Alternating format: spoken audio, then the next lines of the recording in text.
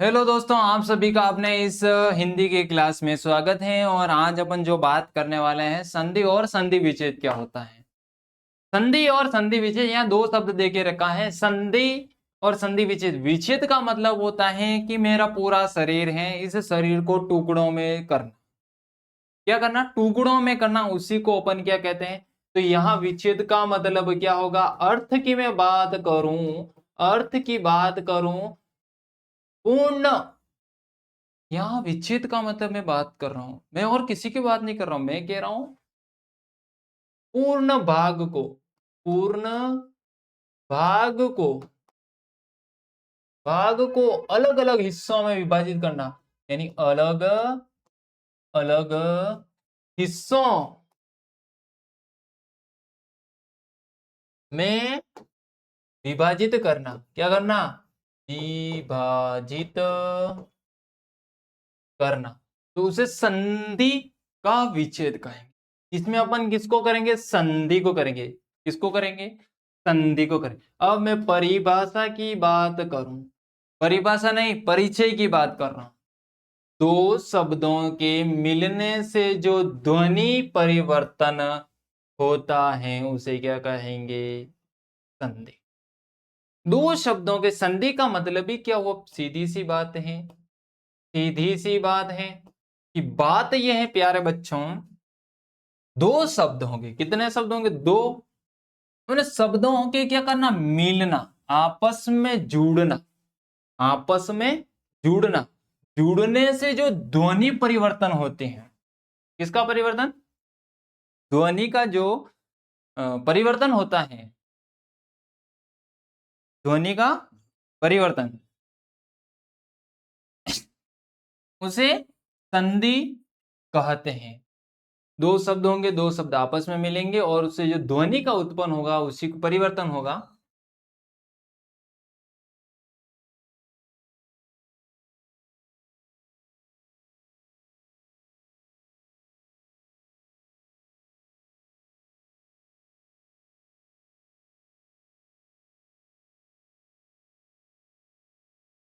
संधि कहते हैं। अपन आगे चलते हैं, ये बात आपको समझ में आ गई। संधि क्या है? परिभाषाओं की बात करें, जो दो शब्द मिलते हैं और उनके मिलने से ध्वनि में जो परिवर्तन होता है उसे क्या कहेंगे? संधि। यानी यहां संधि से योग से संबंध रखना। किससे? योग से। किससे? योग से रिलेटेड रखना। किससे? योग से। यानी जोड़ना। क्या करना? जोड़ना। जोड़ना कितने? दो शब्दों को। कितने? दो वर्ड को क्या करना? आपस में। आपस में जोड़ने से क्या होगा? ध्वनि में क्या होगा? ध्वनि में क्या होगा? चेंज होगा, यानी परिवर्तन होगा। परिवर्तन होता है, उसी को अपन क्या कहते हैं? तो संधि क्या होता है? योग होता है, यानी जोड़ होता है। कितने शब्द? दो शब्द होंगे। दो शब्दों के बीच में जैसे योग होगा तो फिर क्या होगा? ध्वनि में परिवर्तन होगा। उसी को अपन क्या कहते हैं? संधि। अब उदाहरण के रूप में समझो। पहला शब्द लिखा ना, दो शब्द, तो पहला शब्द और दूसरा शब्द। जब पहले में राम लिखा है और दूसरे में अस्त्र लिखा है, पहले में राम और दूसरे में अस्त्र लिखा है, इन दोनों का योग होता है तो क्या होना है? रामास्त्र। क्या होता है? रामास्त्र। क्योंकि अब रामास्त्र कैसे आया? अब राम, अ यहां से निकल गया और अ यहां से भी आ गया। समझना, ये अ और यहां का एक अ प्लस अ मिलता है तो क्या बनता है? आ बनता है। किसका निर्माण होता है? अ प्लस अ जब मिलते हैं, यानी इनका क्या हुआ? योग हुआ नहीं हुआ? बिल्कुल आप कहोगे योग हुआ, यानी कहने का मतलब प्लस हुआ। प्लस जैसे अ और अ जैसे मिला तो आ बना। राम था तो अ यहां से भी निकला और एक अ यहाँ, तो मिलके क्या हो गया? योग हो गया। योग हो गया मतलब किसका निर्माण हुआ? आ का निर्माण हुआ।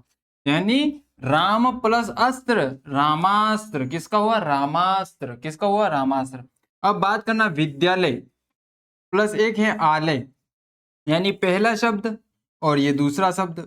बात यहां समझना कि पहला शब्द और दूसरा शब्द, अब दोनों आपस में क्या होंगे? योग होंगे, यानी जोड़ होगी। दोनों की क्या होगी? आपस में जोड़ होगी। क्या होगी? जोड़ होगी। अब विद्या में से भी आ निकला, यहां से भी और आ भी विद्यालय हो गया। क्या हो गया?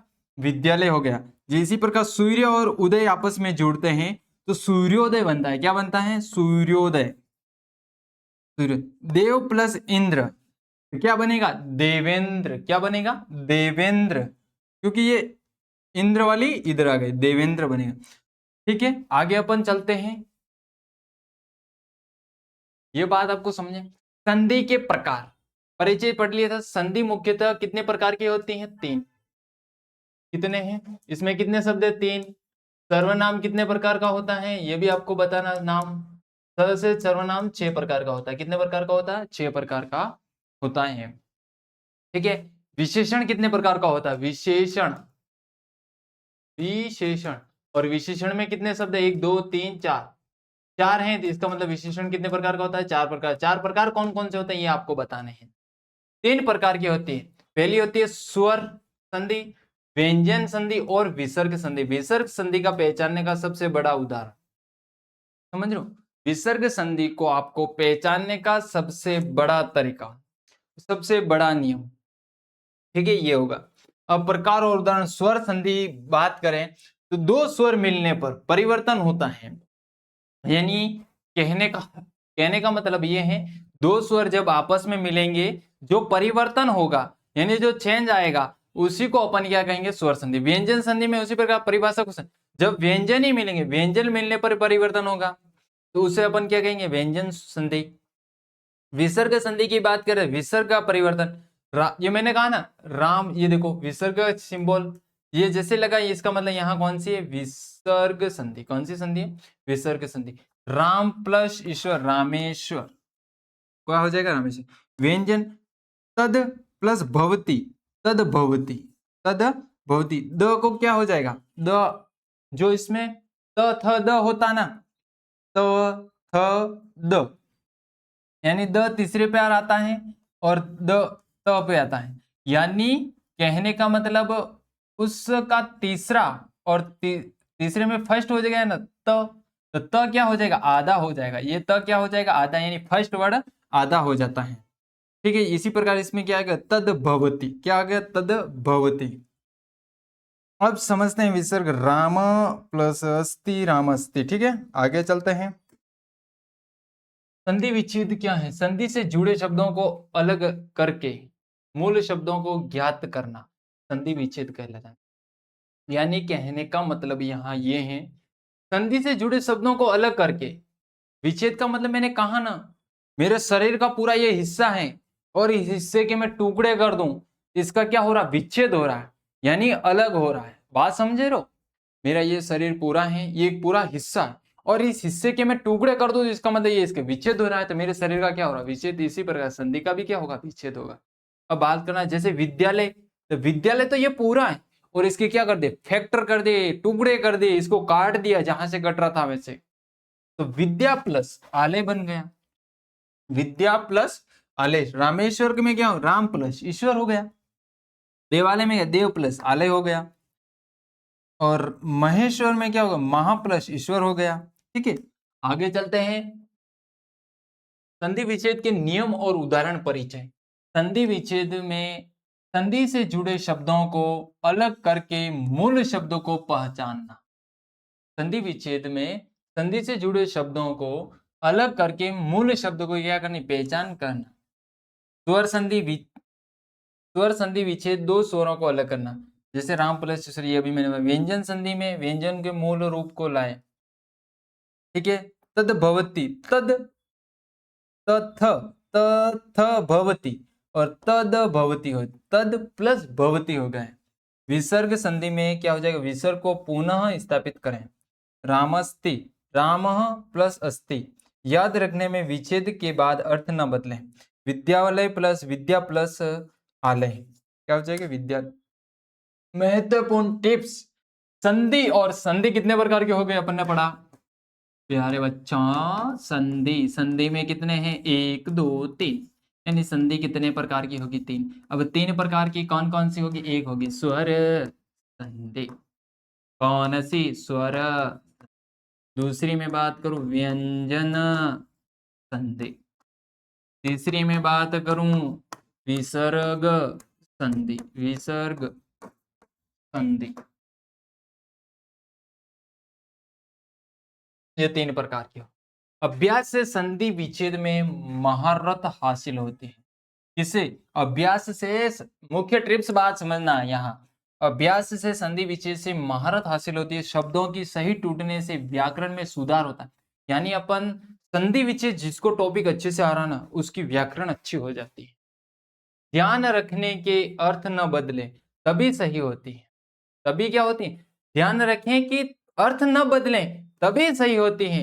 विच्छेद होगा, संधि विच्छेद के लिए रोजाना अभ्यास करना है। आपको रोजाना भी अभ्यास करना है। संधि वाला टॉपिक इतना हार्ड पड़ता है कि इन पूरे हिंदी के जो व्याकरण के जो भी टॉपिक है, सारे टॉपिक्स में से संधि वाला ही टॉपिक सबसे महत्वपूर्ण भूमिका निभाता है। और एग्जाम में कम से कम न मानो संधि इससे टॉपिक से 5 के आसपास क्वेश्चन आते हैं। 3 से 5 के बीच में एवरेज पैटर्न रहता है इसका। तो इसलिए आपको क्या करना है, इनको तमाम चीजों को संधि वाले टॉपिक की बार बार क्या करना, अभ्यास करना है। ठीक है, आगे चलते हैं, आगे देखते हैं। ये महत्वपूर्ण देखो, प्रश्न उत्तरी बात समझना। विद्यालय शब्द का संधि विच्छेद क्या होगा? तो मैंने कहा था विद्या प्लस आलय, यानी विद्यालय। ये देखो, विद्यालय के अपन ने फैक्टर कर दिए, ये मूल था, इसके अपन ने फैक्टर कर दिए। A option is the correct answer. संधि किसे कहते? शब्दों का टूटना, शब्दों का मिलना। और ए ऑप्शन क्या कह रहा है? शब्दों का टूटना। ये तो बिल्कुल गलत होगा। मैंने कहा था योग होना, योग होना यानी प्लस होना, प्लस किन दो शब्दों का, कितने वर्ड्स का? 2 वर्ड्स का। और उससे क्या होगा? वर्ड्स का उससे मिलने से क्या होगा? ध्वनि में, ध्वनि में क्या होगा? चेंज होगा। क्या होगा? चेंज होगा। उसी को अपन संधि कहते हैं। बात इतनी सी थी। इसमें कहा कि शब्दों का मिलना और बदलना। बदलना तो बिल्कुल है, क्योंकि चेंज हो रहा ना, परिवर्तन। वाक्य का बनना, शब्दों का जोड़ना बिना बदलाव के। ठीक है, तो इसका आंसर क्या होगा? B option is a correct answer. तीसरा है रामेश्वर का संधि विच्छेद क्या होगा? राम प्लस ईश्वर, राम प्लस ईश्वर, रामेश्वर। ठीक है, स्वर संधि में क्या मिलता है?